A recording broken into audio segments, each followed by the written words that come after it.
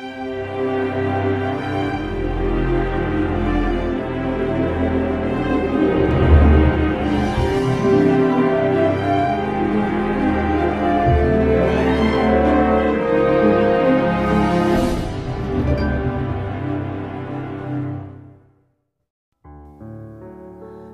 Tawarik 8. Beberapa usaha Raja Salomo. Setelah lewat 20 tahun, selesailah Salomo mendirikan rumah Tuhan dan istananya sendiri. Maka Salomo memperkuat kota-kota yang diberikan Huram kepadanya dan menyuruh orang Israel menetap di sana. Lalu Salomo pergi ke Hamat Zoba dan menaklukkannya.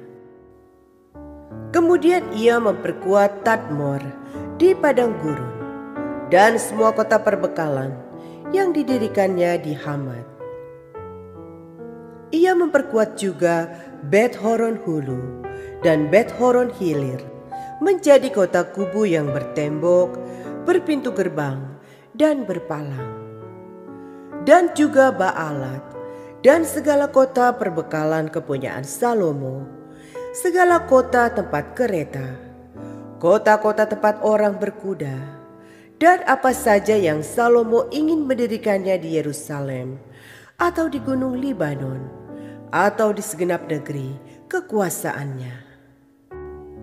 Semua orang yang masih tinggal dari orang Het, orang Amori, orang Feris, orang Hewi, dan orang Yebus yang tidak termaksud orang Israel, yakni keturunan bangsa-bangsa yang masih tinggal di negeri itu dan yang tidak dibinasakan oleh orang Israel. Merekalah yang dikerahkan Salomo untuk menjadi orang Rodi.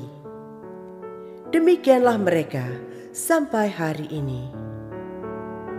Tetapi orang Israel tidak ada yang dijadikan budak oleh Salomo untuk pekerjaannya, melainkan mereka menjadi prajurit atau perwira pasukan berkuda atau panglima atas pasukan kereta dan pasukan berkuda.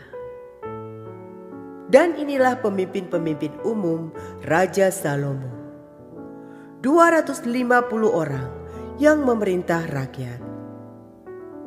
Dan Salomo memindahkan anak Firaun dari kota Daud ke rumah yang didirikannya baginya, karena katanya, "Tidak boleh seorang istriku tinggal dalam istana Daud, Raja Israel, karena tempat-tempat yang telah dimasuki tabut Tuhan adalah kudus."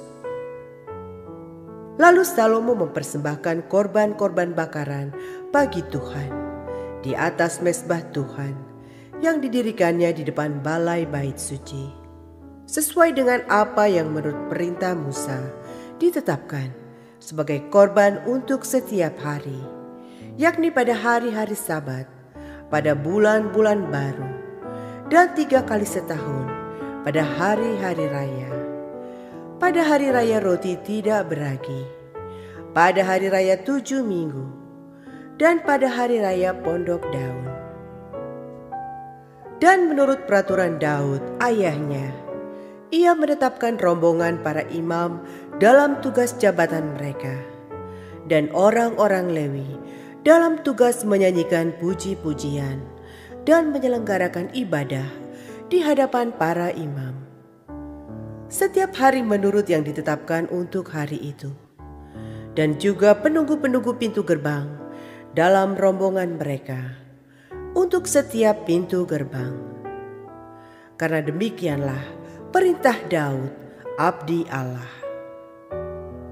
Mereka tidak menyimpang dari perintah raja mengenai para imam dan orang-orang Lewi dalam perkara apapun, juga mengenai perbendaharaan.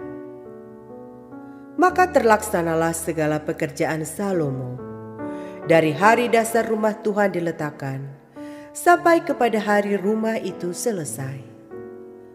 Dengan demikian, selesailah sudah rumah Tuhan.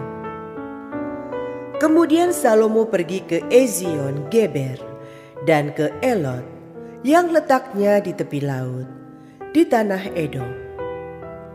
Dengan perantaraan anak buahnya, Huram mengirim kapal-kapal kepadanya dan anak buah yang tahu tentang laut. Bersama-sama anak buah Salomo, mereka sampai ke Ofir.